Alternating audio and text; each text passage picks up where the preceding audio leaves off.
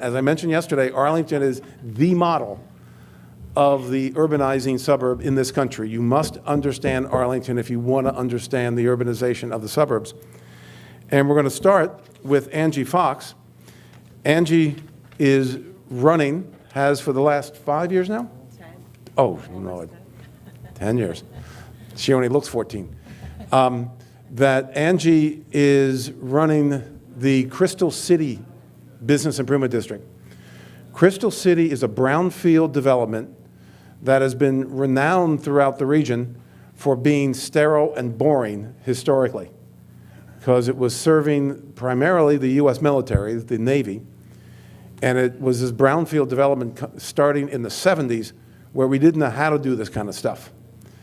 Angie's been retrofitting a pretty sterile place into a very, very active place, as I think you'll understand as you hear from Angie Fox. Angie?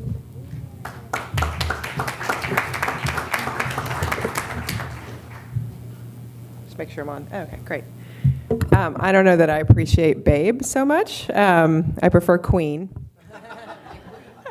So I am Angie Fox, and I am the President and CEO of the Crystal City Business Improvement District. When you come up and they're talking about your neighborhood as this incredible sterile place, that's I guess there's nowhere to go but up from there, right? My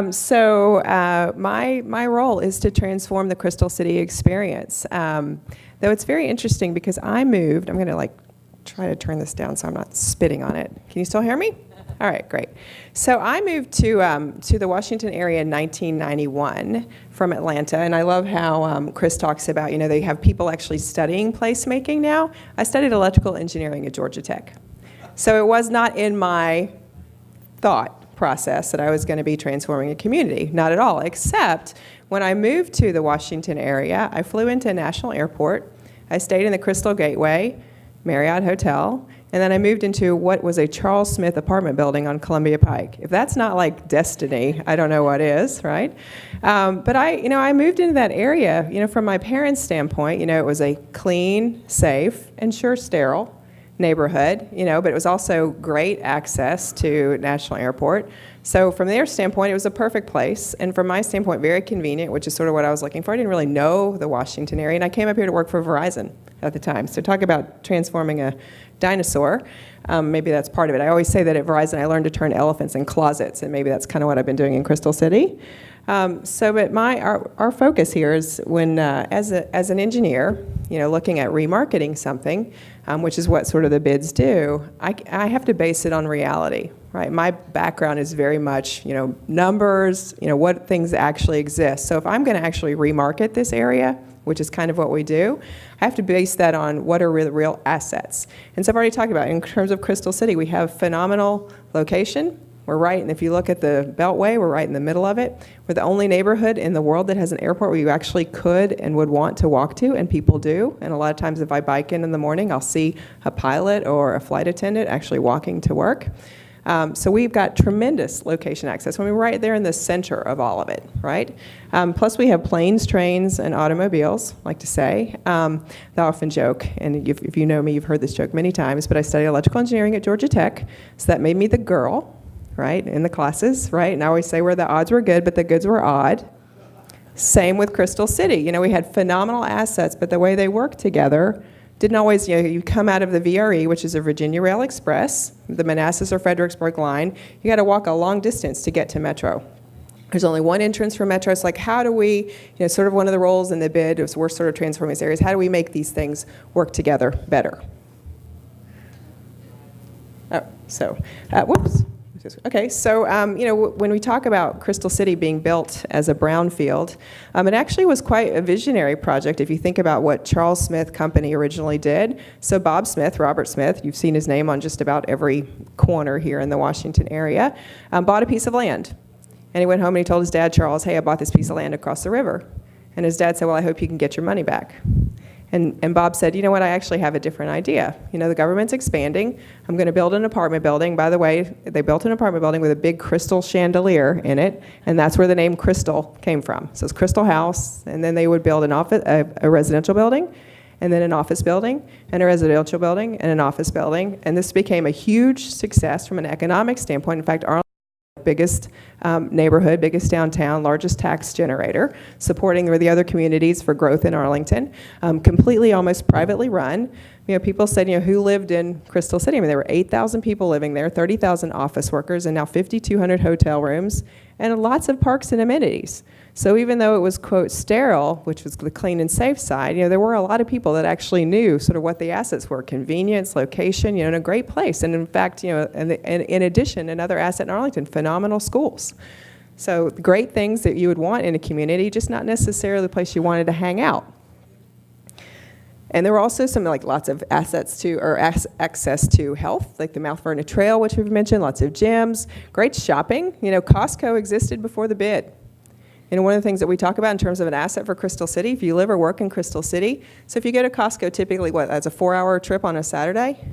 You can do that in a half an hour on a Tuesday in Crystal City, pop over, pop back. It's starting to rethink how your lifestyle works. And then great restaurants. We're one of the only neighborhoods that actually has 3 celebrity chefs that are right next to each other. Jose Andres, Spike Mendelsohn has 2 restaurants, and Cora Maru Tara has a restaurant as well. So these are some of the basic assets that we had.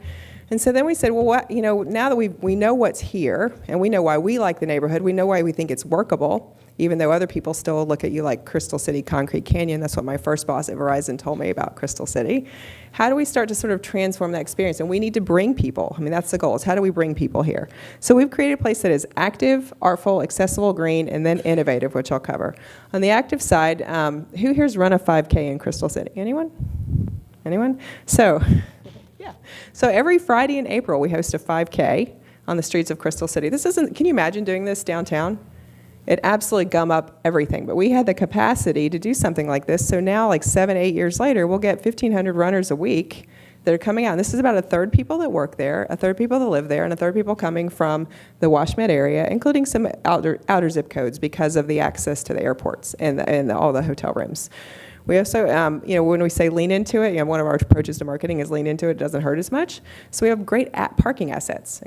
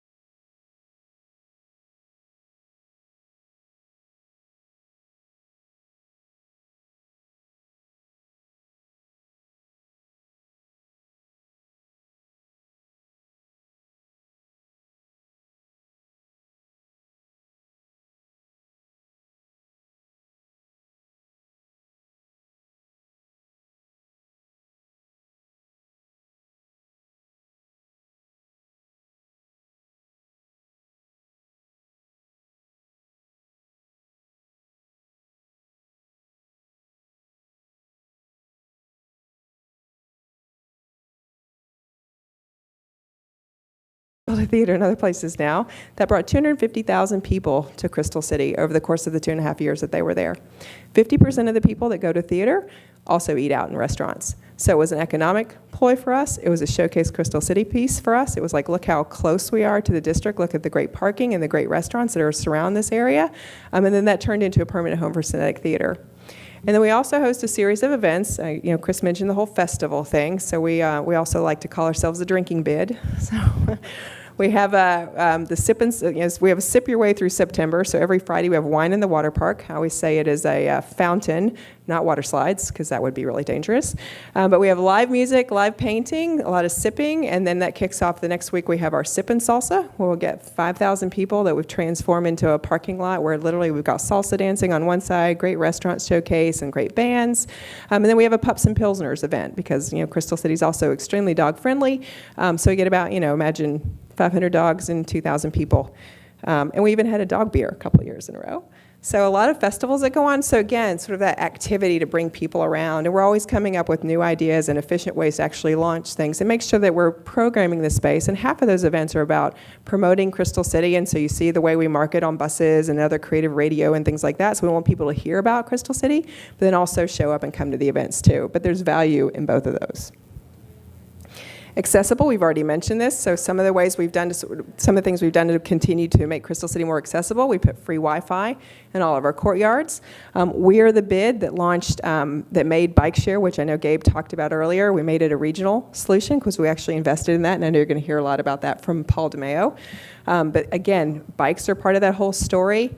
We've got the Metroway. We didn't quite get there with the streetcar, at least not yet. So we have we're building the Transitway for a bus rapid transit system from Alexandria down to through to Norva, and then looking at Car2Go and other kinds of options that continue to make Crystal City and all of those things that I said didn't work together well better and more highly functioning. We're also an eco-conscious bid. We do banners. Bids are known for banners and wayfinding. We take all of those banners, we turn them into banner bags, which we give out at our farmers market, which is the same farmers market that is here in DuPont Circle and Noma and other areas, the Fresh Farms, and in Ballston. So, and all of our landscaping is low, no mow. Now, one of the beauties of Crystal City, which is a neighborhood that is largely owned by one property owner, the property owners take care of their own. And we focus on the centralized areas or the neglected areas of sort of the no man's land, which is a good space for us to play in. And then, so we built this place that is active, artful, accessible, and green. And when I first came up here, I'd worked for Verizon, and then I left Verizon and I went to an internet startup that was bought. But I was out in Reston, and so in an internet incubator, 11600 Sunrise Valley. I don't know if you know the Mario Marino building that was out there. So this was the original tech boom, the original .com. The whole idea was you put a whole lot of tech companies together, and then you'll see all these creative connections and neat ideas in this continued, burgeoning marketplace. So we're in Reston. You have to spend your entire life on the road to get there, to get home. There's no place to walk to. There are no coffee shops. I mean, there's sort of Reston Town Center, but it's a little bit soulless in many ways. So that ecosystem didn't work because what people want are like beautiful courtyards, places to go, lots of access to transit, and all kinds of fun events and activities. So on the basis of what we created, we have now built what is a burgeoning innovative ecosystem in Crystal City. We have something called Tech Shop, which you can basically, if you have an idea, you can prototype it there. So if you're an entrepreneur, this is great for you. It's kind of like access to a gym, and you've got everything from a sewing machine to a saw that'll cut through 5 inches of titanium. You have access to incubator spaces, 1776, just moved over into Crystal City. They're relaunching next week. Eastern Foundry, a government incubator, so there are places that you can have your office, plus we have plenty of space if you want to grow your office space as well. There's seed funding in 1776, and we host a whole series of tech events. So all of those things that you would hope for in an innovative ecosystem actually exist now in Crystal City. And people love the fact that you've got great schools coming, we've got shared work community housing coming with We Live, We Work. So all of those things that actually they tried to do years ago, we're actually doing and seeing it come to fruition, which is very exciting for us. And then in addition to all of the programming, we also do marketing, social media, anything that sort of continues to promote Crystal City and sort of the idea of you can spend your life on the road in the Washington area, or you can live, work, and play and stay in a great place where we take care of your yard for you. We have great events for you to hang out, great schools for your kids, and it's really an awesome, different sort of lifestyle where you're not spending your life on the road. So, thank you.